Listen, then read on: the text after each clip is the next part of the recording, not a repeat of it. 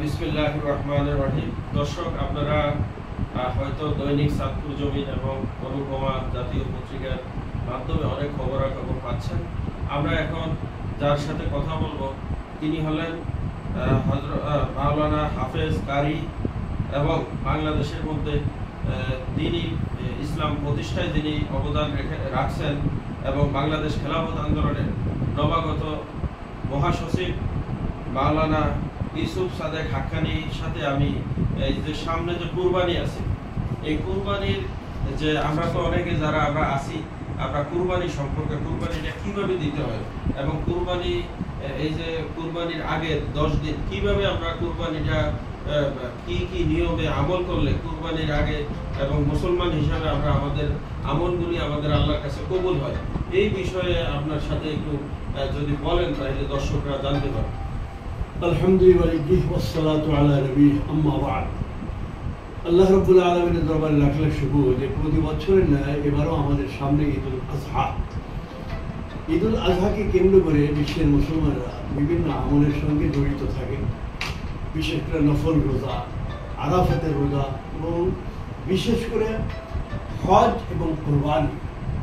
আজ বিশ্বের বিভিন্ন প্রান্ত থেকে লক্ষ লক্ষ মুসলমানরা বাইতুল্লাহ জিয়ারতের জন্য উপস্থিত হয়েছেন বা হচ্ছেন। আমরা এখানে বাংলাদেশ খেলাফত আন্দোলনের পক্ষ থেকে দোয়া করি আল্লাহ পাক সকলকে কবুল হজ যাতে হয় সেই ব্যবস্থা করে দেন। সাথে সাথে কুরবানি, আমার ভাইজান আমাকে জিজ্ঞাসা করেছেন কুরবানি, আসলে কুরবানি শব্দের অর্থ হলো নৈকট্য লাভ করা, আল্লাহ পাকের নৈকট্য লাভ করা। কুরবানির মাধ্যমে, পশু কুরবানির মাধ্যমে আল্লাহর নৈকট্য লাভ করা। তবে আমাদের এটাও জানা উচিত যে পশু কোরবানির সাথে সাথে আমাদের আত্মারও কোরবানি করতে হবে। আমরা শুধু পশু কোরবানি করলে হবে না, আত্মারও কোরবানি করতে হবে। পশুর সাথে সাথে যদি আমরা আত্মার কোরবানিও করতে পারি তাহলে আমরা আল্লাহ পাকের নৈকট্য লাভ করতে পারব। এই জন্য আমরা সকলে অত্যন্ত আনন্দ চিত্রে যাদেরকে আল্লাহ তৌফিক দান করেছেন তারা কোরবানি আমরা করব। কারণ হাদিসের মধ্যে আসছে যে কোরবানির দিনে আল্লাহর নিকটে কোরবানির থেকে আর কোনো মূল্যবান, কোনো গ্রহণযোগ্য আমল আল্লাহর দরবারে নেই। এই কোরবানি আমার জন্য, আপনার জন্য, উম্মতে মুহাম্মাদের জন্য সর্বোচ্চ নিয়ামত হিসেবে আল্লাহ ঘোষণা করেছেন। তবে আমার কোরবানিটা কিভাবে হতে হবে আল্লাহ নিজেই বলে দিয়েছেন, ইন্না সালাতি ওয়া নুসুকি ওয়া মাহইয়ায়া ওয়া মামাতি লিল্লাহি রাব্বিল আলামিন।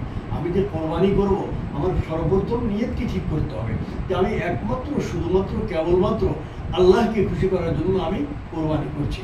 দ্বিতীয়ত, কোরবানির জন্য আমি যেই পশুটা আমি ক্রয় করব আমার বৈধ টাকা হতে হবে।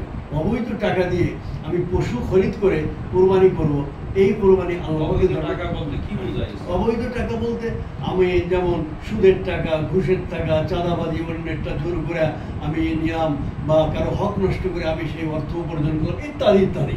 এর অনেক লম্বা ব্যাখ্যা রয়েছে। তো আমারও উপার্জনটা হালাল হতে হবে, এই হালাল টাকা দিয়ে আমাকে কোরবানি করতে হবে। এরপরে আমার কোরবানির যে পশুটা আমি ওটা নিয়মতান্ত্রিকভাবে জবে করতে হবে। যারা জবের সম্পর্কে জানে তারা তাদেরকে এনে বা নিজে যদি জবের সম্পর্কে আমি জানি তাহলে আমি নিজেই জবে করে সবচেয়ে করতে হয়। এবং আমাকে এটাই করতে হবে যে আল্লাহ পাক আমার কোরবানিটা যাতে কবুল করে নেন। এই জন্য কোরবানির পরে পশু জবাই করার পরে একটা দোয়া আমরা পড়ি, তাকাব্বাল মিন্না, আল্লাহ এটাকে আমাকে কবুল করে নেন। কবুল হওয়াটাই বড় কথা। আমাদের মুর্শিদ আমির শরিয়ত হাফিজুর রহমতুল্লাহ আলাইহি, তিনি খেলাফত আন্দোলনের প্রতিষ্ঠাতা এবং বাংলাদেশে ইসলামী আন্দোলনের অগ্রনায়ক যিনি এবং যিনি সিফা সালাত, তিনি বলতেন আমাদেরকে যে কাজ যদি সামান্য হয় ওই কাজটা আল্লাহ পাকের দরবারে তুমি কবুল করার ব্যবস্থা করো। তো আমরা কোরবানি করবো যাতে আল্লাহর দরবারে কবুল হয়, এই নিয়েতে আমরা কোরবানি করব। সুতরাং প্রত্যেকটা মুসলমান নর নারী যাদের উপরে কোরবানি ওয়াজিব, তারা সকলে আমরা আনন্দ চিত্রে কোরবানি করবো একমাত্র শুধুমাত্র আল্লাহকে খুশি করার জন্য।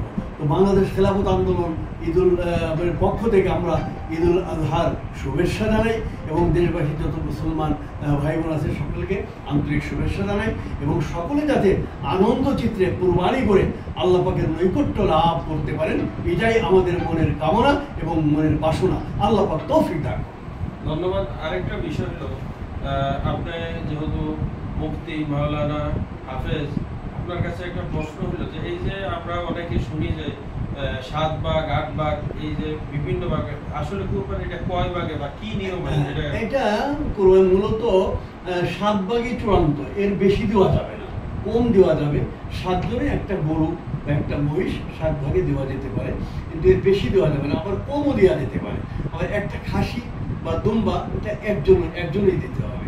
আসলে আজকে হয়েছে কি, অপরিপক্ষ মস্তিষ্ক এবং যারা নাকি বিভিন্ন ইউটিউবিতে বিভিন্ন বক্তৃতা দিয়া আমাদের সমাজের মধ্যে একটা অস্থিরতা সৃষ্টি করতে চায়। আমরা চূড়ান্তভাবে বলছি, আমি বলছি বাংলাদেশ খেলাফতের পক্ষ থেকে, এবং আমি হাফিজ হুজুরের একজন খাদেম হিসাবে, হুজুরের একজন সফর সঙ্গী এবং হুজুরের একজন ছাত্র হিসাবে আমি বলতে চাই যে এই সমস্ত সবার ইউটিউবিতে সবার বক্তব্য শুনে আপনারা বিভ্রান্ত হবেন না। তো কোরবানি একটা গরু 7 জন দেওয়া যায়, তার কমেও দেওয়া যায়, 5 জনেও দেওয়া যায়, আর একটা খাসি বা দুম্বা এটা একজনকেই দিতে হয়। এইভাবে দিলে আল্লাহ পাক কবুল করবেন বলে আমরা আশাবাদী। তো আপনার এই খেলাফত আন্দোলনের যে কাজগুলি আপনারা করছেন, সব কাজই তো আল্লাহকে রাজি খুশি করার উদ্দেশ্যই তো করছেন।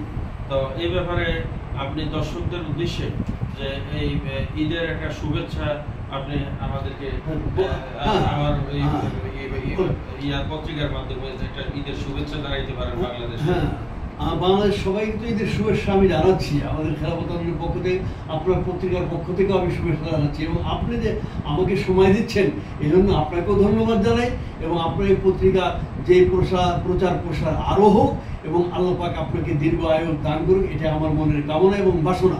এবং আমার সারা বিশ্বের সমস্ত মুসলমানদেরকে খেলাফত আন্দোলনের পক্ষ থেকে আবার আমি ঈদের শুভেচ্ছা এবং অভিনন্দন জানাচ্ছি।